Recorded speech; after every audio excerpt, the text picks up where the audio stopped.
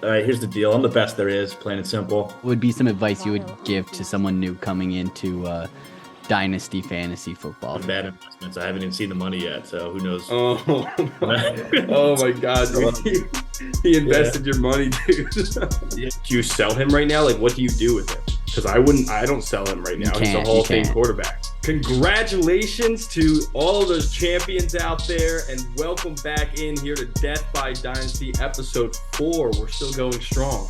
So follow us, Death by Dynasty. We're on YouTube, Spotify, Instagram, Apple, all that good stuff. But yeah, welcome on in. What do we got here today? We have got the champion himself on the episode, Sam Johnson, who won our league and has a lot of insight, a whole new perspective on everything. And then we'll be diving into some things looking ahead into the offseason and beyond. So, yeah, going to be a good episode. Tyler, you got to say anything to us?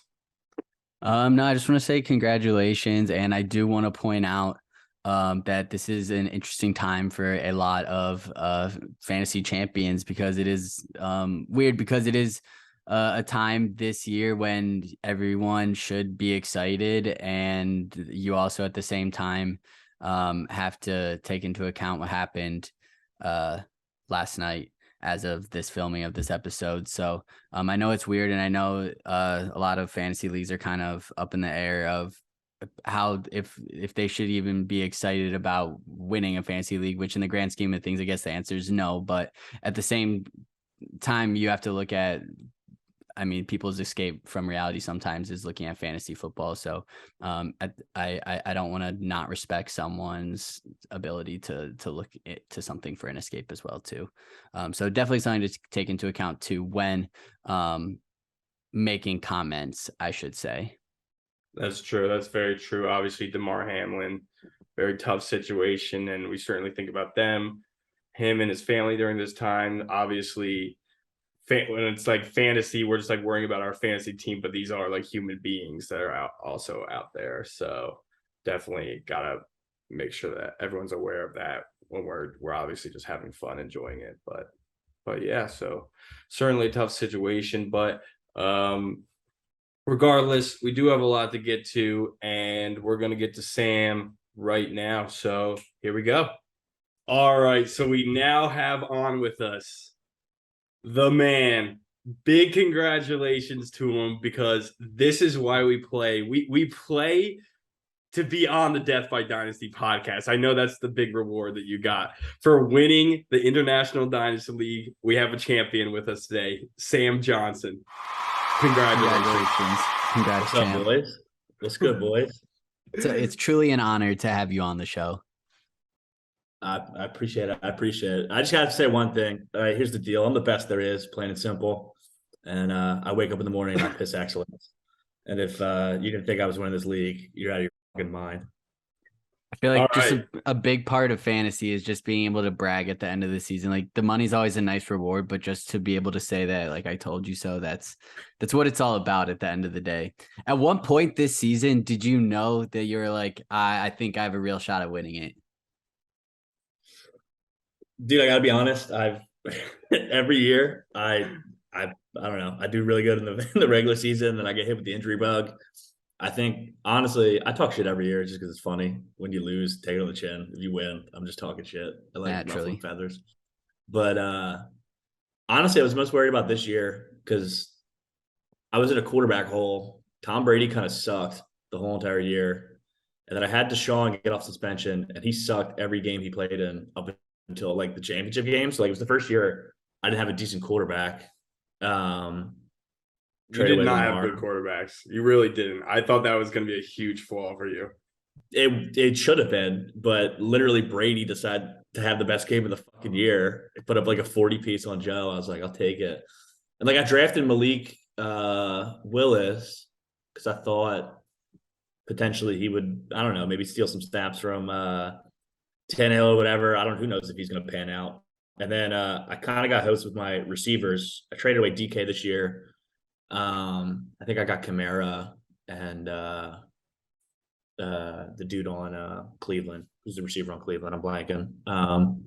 Amari Cooper. Cooper. Yeah. And DJ Moore shot the bed the whole entire season. Like he went through a stretch where he was putting up like 5-6 points a game. So He's literally every week, performed all playoffs. I had to flip a coin every week during the year if I was going to play Adam Thielen or DJ Moore, which isn't necessarily a recipe for success when DJ has Baker thrown to him for half the year. So, but you have these guys. No, like, I feel like you have these guys like Tom. You're saying Tom Brady, DJ Moore. Like it kind of was luck, but like all these teams like had to play to win. Like they were like fighting for a playoff spot down the stretch. Of course, a guy like Tom Brady is going to step up in that moment. Like you had all these guys that were just like had to perform at the best possible time for you to go on a run. Tom knows that all the fantasy managers are depending upon him. But honestly, when looking at this championship roster right here, or the matchup, where it was all decided was that the RB, and then the first wide receiver slot with Dalvin Cook, Saquon, and Kirk getting a combined, 15, 14 points. yeah. And by the way, for those out there, this was a fucking insane. We should have said this from the beginning, but the score is ridiculous. Peter Stages 189.88 to Daddy Chark 162.52. I mean, a high scoring game all around, but 189 points to put up in the championship game. Like you could not do any better than that. Yeah. Shout out my boy Pete Stages, by the way. I did that for him. I was gonna say, in what way are you gonna honor Pete? Yeah, I'll probably see him down in Boca, where the hell he's at, down in Florida. I'll go on a little visit down there with Joey maybe. But yeah, it was crazy. I got a little worried too with Joe towards the end. I think I was up like 60 points at one point, and then he cut it to like maybe 20 at one point, and then Packers defense went off for me. That was a shot in the dark, but I was worried it was going to be a thing where being Grove in the semifinals, where I was waiting for Kirk Cousins to just like get a chunk, like 200 yards, second half, couple touchdowns, and Packers defense would lose some points, and then some of his players would go off. So I was a little worried for a little bit, but yeah, that's got to be the highest scoring. That's literally one of the highest scoring games ever in our league. The fact that Joe had Mike Evans. And he like I wasn't paying attention to the championship score until later until it got to like the night games. So I'm like looking there. I knew Mike Evans had like 3-4 touchdowns. So I'm like, oh, like the score's got to be crazy. And then I see you're posting in the group chat like going like acting like you won. And I was like, how is this possible? And I checked the score. I'm like, what? This unreal. How do you have Mike Evans in this game and losing by the 4:00 games and like pretty like convincingly? Well, it's Joe. We got to realize Joe, plays the wrong people week to week. He's just not a strong GM. So, out of anybody I've wanted to face in the finals, it's probably Joe. So I kind of got lucky there. But you like talking trash. And I'm going to bring up the receipts right now. I'm going to bring up the text heading into it. Really all worked out for you heading into the playoffs. Reading this out loud right now on the pod. This is from Sam Johnson himself. I'm still the best damn team in the league, and I have zero respect for any of the other teams in the playoffs. Y'all are frauds. I'm out for blood. Gentry and Perriman can't save you. I want to point out that means he respects our team since we were not in the playoffs, so he does still have respect for us. Thank you. Yeah, that's true. That's what I assumed. Yeah. Peter Stages getting that ring this year, folks. And then I'm going on Death by Dynasty and talking a whole bunch of shit. I'm him. Boy. He lived. And now you're here. You spoke it into existence. You're here. First of all, Gentry's team was ass. Like, he was talking a bunch of smack, saying he was going to handle me. I handled him easy. And then I got to give props to Grove. Was it first year in the league? Second year? Second year, I think, in the league. Yeah. He's got a good team. I kind of got a little lucky with that 3-headed horse receivers that he had. Yeah, that was a really low scoring game. That was a game where Grove should have put up like a big numbers himself. I played him twice this year. I think I averaged like 78 points. Like, I didn't score anything against him the whole year. But his team's going to be around for a while. And then pulled that one out. And then I saw Joe, on the books for the championship. And I knew. I sent actually the request on Venmo to Joey before the championship game. I was like, just send it over. Just send it over now, dude. He got caught up in some bad investments. I haven't even seen the money yet, so who knows? Oh, oh my God, dude. He invested your money, dude. Yeah, the league's money, dude. Wow, dude. Wow. Now this is another fraudulent move by the commissioner, as always. Nothing new. I'm gonna save that in my back I pocket. want Just to go on the record requesting by before saying, the game. Yeah, dude. But I want to go on the record just by saying Joey Stages is a rat. Pete Stages is the GOAT. Joey's a rat. That's all I gotta say. All right, you talking big game, but it's already time to look ahead till next season. So what are you looking at for your team right now? Like, we're moving into a super flex here. What is your team? Are you making any moves? Are you trying to stick? You're gonna just run it back? Like, what's your plan here? Yeah, I got to. So I was gonna hit the league up. I'm definitely looking to make some moves. I kind of gave some picks away the last couple of years. I think I have only a couple in this draft. And then I'm not really first round picks this draft. One in 2024. Yeah, one in 2024. I think I mean, quarterback's got to be something I got to fix. Brady's not going to be around. Deshaun showed a little promise. So, I mean, hard to root for the guy, but last week looked like old Texans Deshaun. So hopefully maybe I got something there, but definitely maybe looking to make some moves for picks this year. I was gonna hit up the league, let them know the plans. I got a lot of running backs, and I actually picked up some players on waiver wire like for the championship that kind of flew under the radar that like might be pretty decent next year. I think I got that Dortch kid on the Cardinals, that receiver.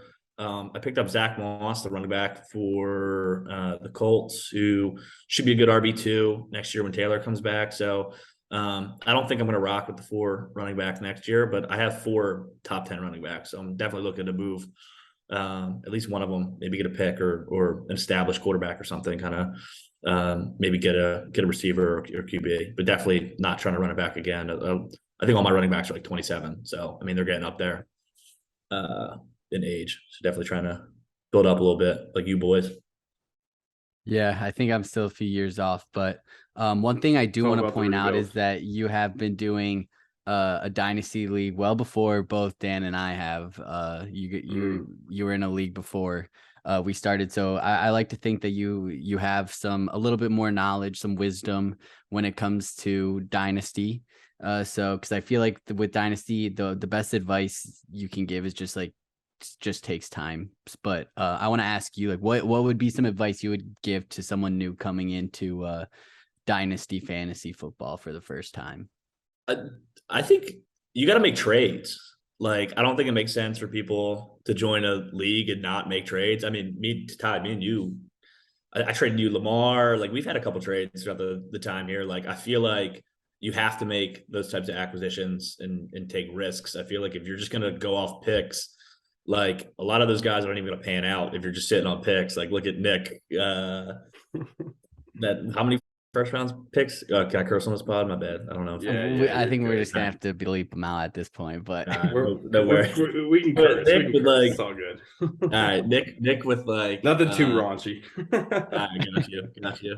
But like Nick loading up on all those first round picks or whatever. It's like, who knows if any of those dudes are going to pan out. So I always like trading away picks and going for somebody that's already established rather than waiting 3 years for somebody to get that one spot on a roster and like become the guy. You know what I mean? So, unless you're interesting. I feel like as of recently though, there's been a lot of success out of the draft. Like looking at the players that Nick picked, almost all of them have panned out. And for what it's worth too, like Nick did like make trades to get those picks. And that's something that I think is interesting to look at too, because when you make trades, you can make trades to win now, and you can make trades to get really, really good players in the draft. And as we talked about, I think in last podcast, that players are never as valuable as when you like immediately draft them.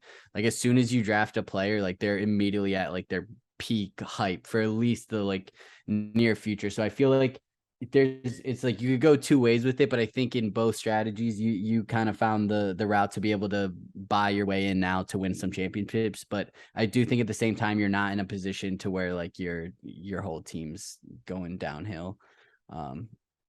As far as like age wise, for sure. too, so. Like I think you got to look at you got to look at like the positions, like for like quarterback and wide receiver. Number one for me, like Thielen was like started for me for more than half the year this year. You know what I mean? He's like what 30, 31. Yeah, you find Brady's those like hidden gems. Brady, talk about someone I traded you. When I traded you him, I was like, oh, he's probably gonna, like I said last podcast, he's gonna retire. Now look at him. Who did I give you for him? I can't even remember. I don't even know. They don't make it easy to look back at trades another beyond quarterback. this year. You got him another quarterback. Was it Tannehill? You can look. I got it. Hold up. I got it on the phone. It might have been Tannehill. Yeah, Tannehill, a second, 2 seconds, 23 and 24. That was the trade. That's a good move for you though. Because like that's not a horrible trade. It really isn't. Although I mean, both Brady and Tannehill are kind of coming to an end at the same time right now. Turns out. I looked today. I think I made like 11 trades this season. I saw Ridiculous. that too. Yeah. I think 11 trades, if I count it correct.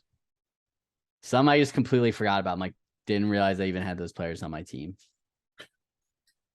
It's wild. Our teams look very different, but I don't know. It's rebuilding time for me. Your team, you need to go get some. I'll trade with you. You want to trade right now on the podcast? Yeah, make me an offer, dude. We're gonna complete a deal on a podcast one of these episodes.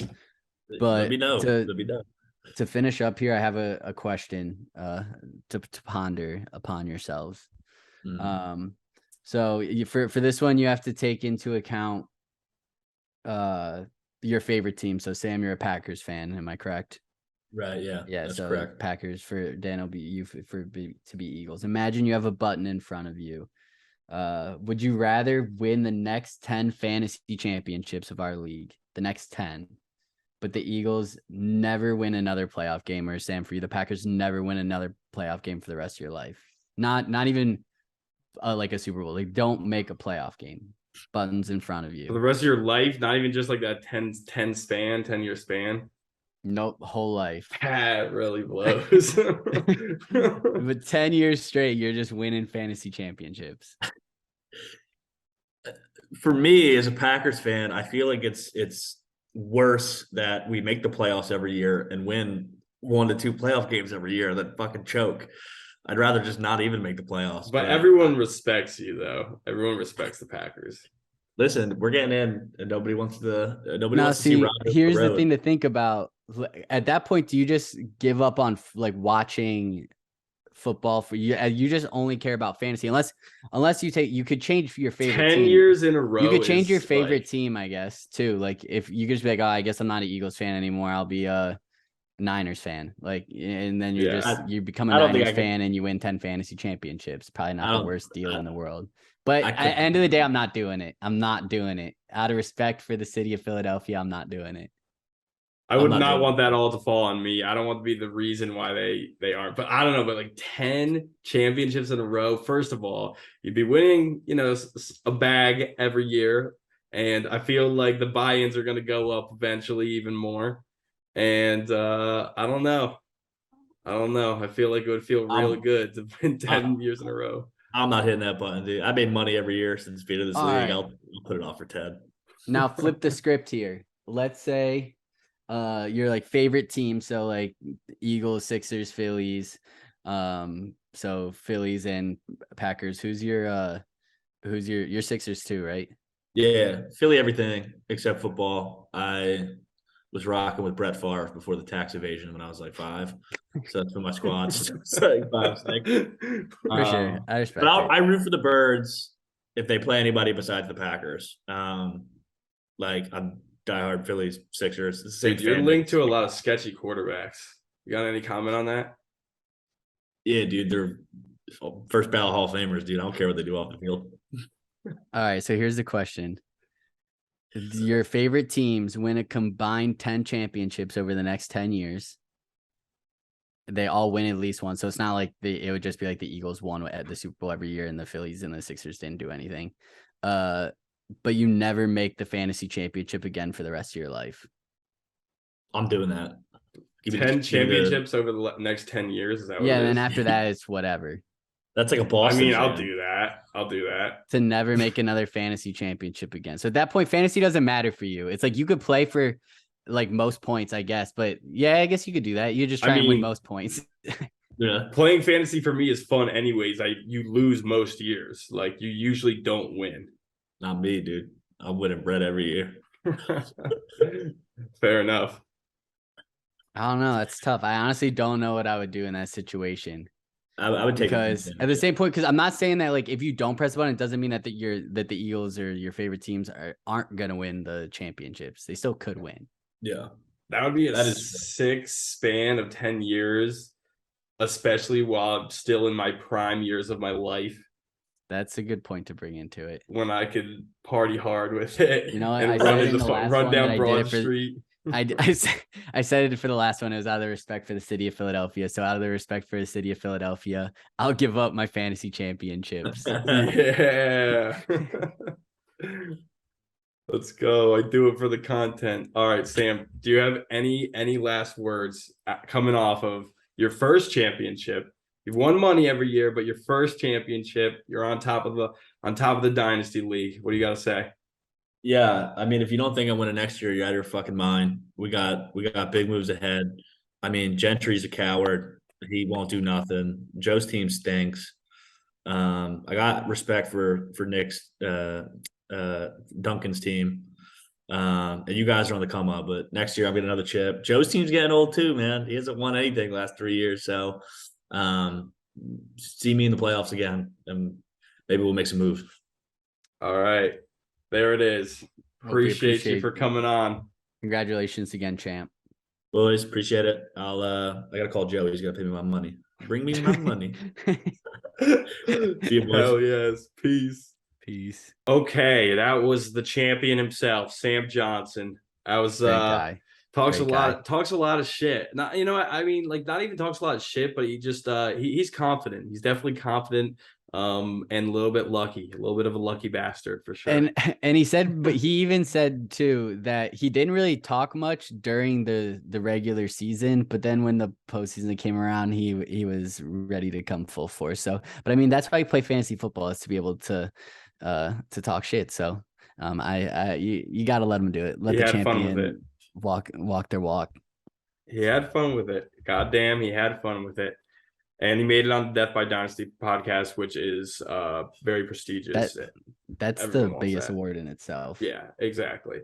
But we are going to now talk a little bit about kind of overviewing this season, essentially, in a way, and just talk about trades that we made that we think were good or bad, and maybe you have a similar situation as well. Let us know your good and bad trades. But Tyler, you can go ahead.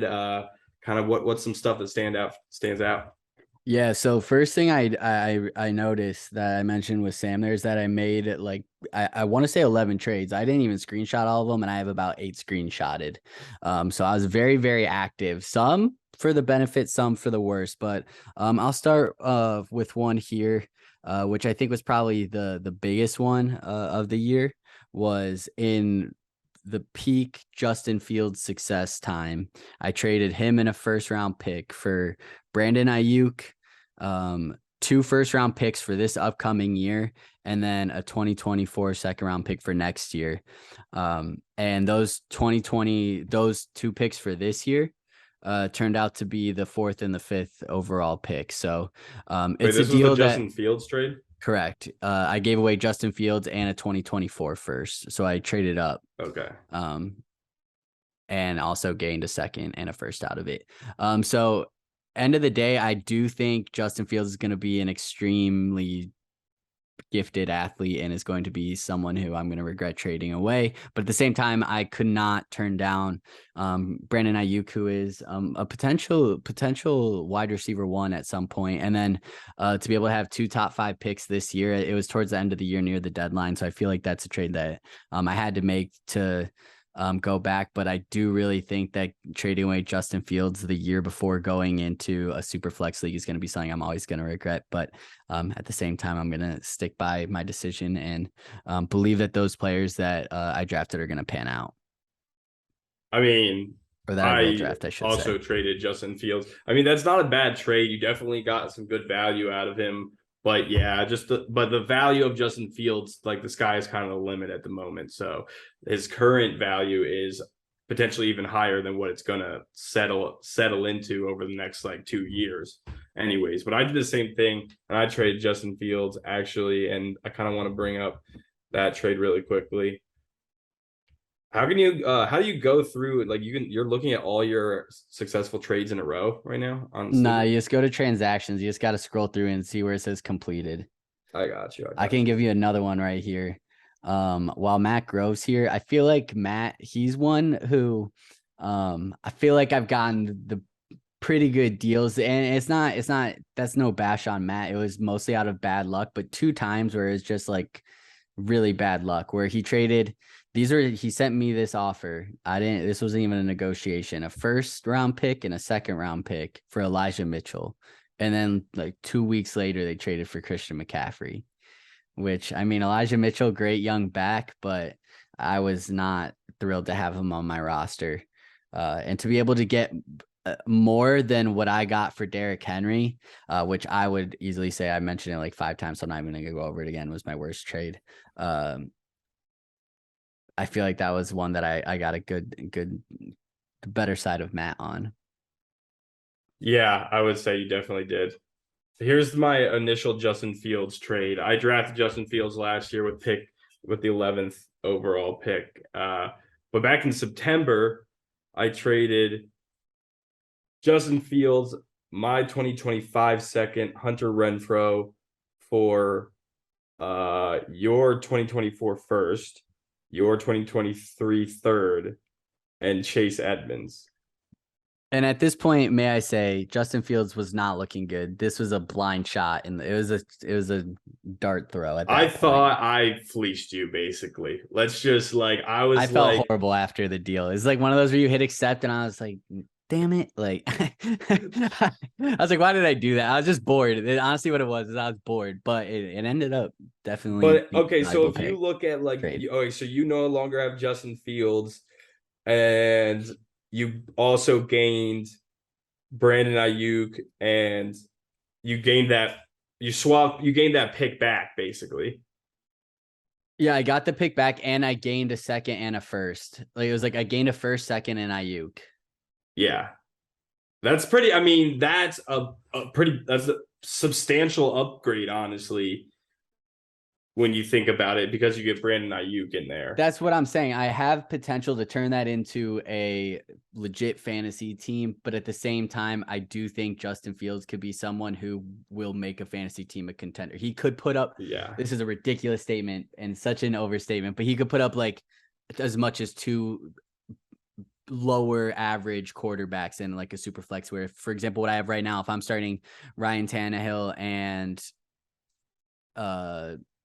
Heineke, if I'm playing both of them, they're going to put up, probably like 30, 35 points, when he could put up 50 by himself, which obviously that's an extreme and that's not going to happen every single time. But I mean, even if he's putting up 30 could do that by himself, that's like as good as most QB2s. Like, that rushing is always going to get him points. And if he can figure out, and it's not like figure out how to throw, he obviously can throw. If he can just get a decent offense around him and he can get some weapons in a situation. I hate always drawing comparisons to Philly teams, but to like Jalen Hurts from year 1 to where he is now, he's going to be someone who he's untradeable at that point. Justin Fields is like, he's one of the most valuable dynasty players right now, possibly.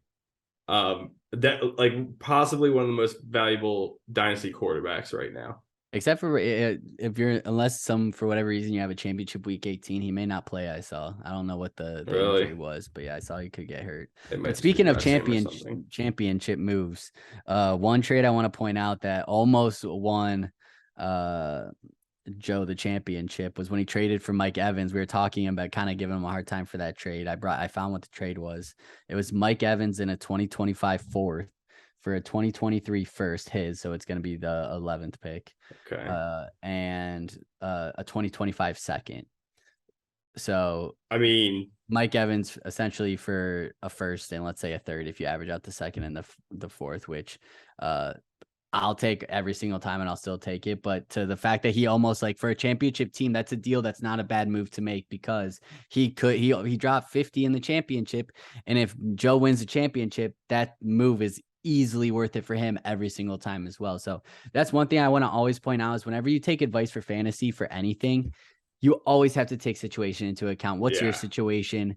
Also look what the other person's trying to do. I mean, I don't like looking at other players' team and be like, oh, am I going to load their team? But at the same time, look what their intentions are when they're what they're doing. See if that is something that you wanted to take into account, if that is something that you want to look at. But at the end of the day, I feel like you just got to take into when trading, you just got to do what's best for you because what's best for you is definitely not best for someone else. Because if I made that trade on the reverse situation, it would be a god awful trade every single time. I was saying like Mike Evans is his weak point. He should trade Mike Evans this offseason. And like, I still stand by that, but like he went and paid to win a championship. He was in a position to go pay to win a championship. Like, and Mike Evans probably won a lot of people championships out there this past week. So that was a good move for him. But Mike Evans is on the downswing and you should trade him, especially now. Trade him this offseason coming off of that performance. Are you kidding me? Like that would be a great move for anybody, even Joe, who was just in the championship. But that is a good trade, and it is true, like a different way to look at it, depending on what situation you're in Dynasty. So that's really true. I have an interesting one here too, between me and Gentry, involving two players who were pretty big disappointments.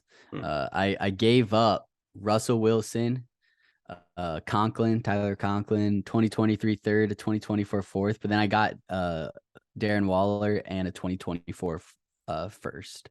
So I was happy to get a first for Russ, and I was ecstatic to get Waller back too, but he was very disappointing this year, albeit he was hurt, but definitely a player who I hope to have a big turnaround going into next season there. But wow, having Russell Wilson was not something I wanted to be a part of anymore. I think a lot of people made that mistake.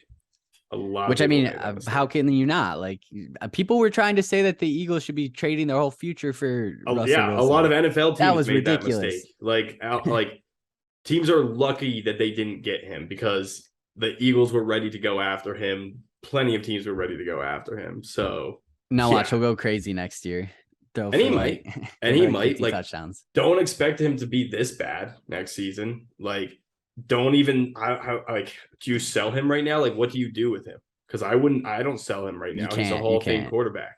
He's either gonna retire within the next 3 years, or he's got 8 more great years in him. Like, you never know. The only way is in a situation like in our league, is if you have him, but you're not competing, which isn't the case for Gentry. I don't even know if he's still on his team, honestly, right now. But if you're someone who has him and you're not competing, someone who is competing and needs a QB2, that could be a way that you could trade him now and get some value, because they'll probably overpay in that situation. But outside of that, yeah, you're holding and just hoping that he can have some sort of turnaround season.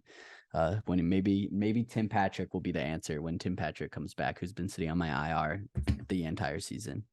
Assuming that he is the starting quarterback to start the season next year, I guess there would be a chance that he wouldn't be, but I just think they're paying him too much. So let's just say he is. You got to pay. You got to play your players. Let him play three games.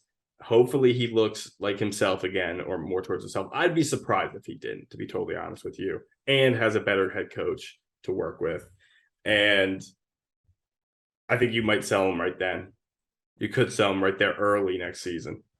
Yeah, I feel like that's the case with anyone. If you're trying to get rid of a player, you have to it's basic economics, you know. Yeah. Buy low, sell high. You want to just be able to wait till they're at that tipping point when they have a big game and just try to get rid of them quick. And don't be afraid to bite on offers that, like Sam mentioned earlier in the podcast. If you don't be scared, like at the end of the day, it's a fantasy trade. Like you're gonna make good ones, you're gonna make bad ones. It's gonna even out at the end of the day, and maybe it won't, and your team's just gonna suck. But it's still fun nonetheless, and it's fun to change your team up. So if you want to do it, do it. And at the end of the day, that's all there is to it when it comes to fantasy. Just don't get bored this all season and trade, because like I look at my team and I could be in a good place, but a lot of times there's going to be trades that I want to make that people just don't want to make with me, and I'm better off just saying like, okay, I'm better off just holding on to these picks right now rather than try to force something and just being so eager to trade or being sitting around bored waiting for the NFL season to start. Yep. Like, be content with it. Also, draft picks are only get more and more valuable throughout the off season. That's the only thing that gets more valuable throughout the off season. Veterans do not get more valuable throughout the off season. Veterans lose value. Weirdly enough, though, until like 2 days before draft day. Once like a couple days before draft day hits, everyone just like locks in and no one makes trades. I think we've had one like day of trade, but outside of that, I feel like everyone just goes silent. Right by that point, it may be too late. I mean, there's been like in draft trades, but I don't think anything too crazy for the most part. There are always thoughts in my mind that I would trade down during the draft, but it's hard to do. There's just so much that goes into it that like, unless you were planning on it beforehand, just like waiting. Cause I've done that too. When you go into it and you're like, hey, if you're wanting, like if you get to, I try to plant that seed a little bit, like hit me up. I'm looking to trade up there, but just doesn't usually go down for me. But is that your fantasy New Year's resolution to not just trade when you get bored? Yeah, that's one. The only other one is just to hang on to young players for a little bit longer. Like I learned with Justin Fields, just give him 2 seasons, at least 2 full seasons. I mean, it would suck if I had Justin Fields this whole season and he still looked like he looked last season, and then he's like pretty much going to be out of the league. But that's my other one. One other thing I was going to say really quickly, though, I forget what's. I was just going to say, random tip. You know, if you feel like that the late 2023 first round is not going to be. Like there's a huge drop off in the late 2023 first round. So that's a time where I would trade mid draft to try to trade for a 2024 first, just replace it with a 2024 first and wait it out and see what that late round looks like, because there's a pretty big drop off. I feel like this year in the draft. Yeah, and that usually works for Belichick. So why would it not work for us? So I honestly should just start trading back. Honestly. I feel like my fantasy resolutions, it has to be just looking at the waiver wire, because I always say there's no one available on the waiver wire, but honestly, most of the time it's because I don't do enough week by week research of the waiver wire, because that's a whole game in itself. Because you can that's a huge difference between this and weekly fantasy or redraft fantasy. Redraft, you know the players, you're like, oh, that player went off, he wasn't on a team last week, everyone's gonna want to pick him up. Here you're finding players who might be the starting running back in week 12 when you're like hunting in the playoffs. So that's one thing that you definitely, and in dynasty leagues you have the roster spots to be able to do that. So there are definitely a lot of opportunities, especially quarterbacks, especially running backs, because we know how often running backs get hurt. So that's something that I want to do, is just be able to monitor and be smart with my budgeting for free agency. I usually go all in on like 2 players, and very rarely are the players I should go in for. So I think just relooking at my scouting department as a whole, and maybe making some new hires to the scouting department, is something that I'm going to be wanting to do for my franchise. Okay. I like it. Yeah. I just really quickly, like, I try to be good about picking people up off the waiver wire. Like last year I picked up KJ Osborne, and he's not going to start for you most weeks. But if you need someone in that late flex, like if there's someone on a bye or injured, like they like throwing him touchdowns at the end of the game. Like there's a solid chance he'll get you like 1 random touchdown and get you like 10 points. So that was a big pickup for me last year. And the other one I had in mind, this year, like we've already talked about it a little bit, Chigo Okonkwo. So I'll say tight ends is even in Dynasty, you can find tight ends on the waiver wire. I know I'm pretty sure I got Conklin and Hayden Hurst off the waiver wire at some point this year. I had traded Hayden Hurst at one point, so that's sick. You got him off the waiver wire. That's what I mean. There's players who get dropped, and Foster Murrow too, which I mean, obviously that's due to Waller getting hurt, but that's one position that I've been able to find on the waivers for sure. So those of you looking for tight end depth, maybe it's not something that's totally urgent, especially when there's only about 5 tight ends that are even worth having any sort of fantasy value on your team at all. But that's a conversation for a different time. It is. Do you have any last words on this, on trades or New Year's resolutions for fantasy? Nope, that is all I have. Again, just want to just say thoughts go out to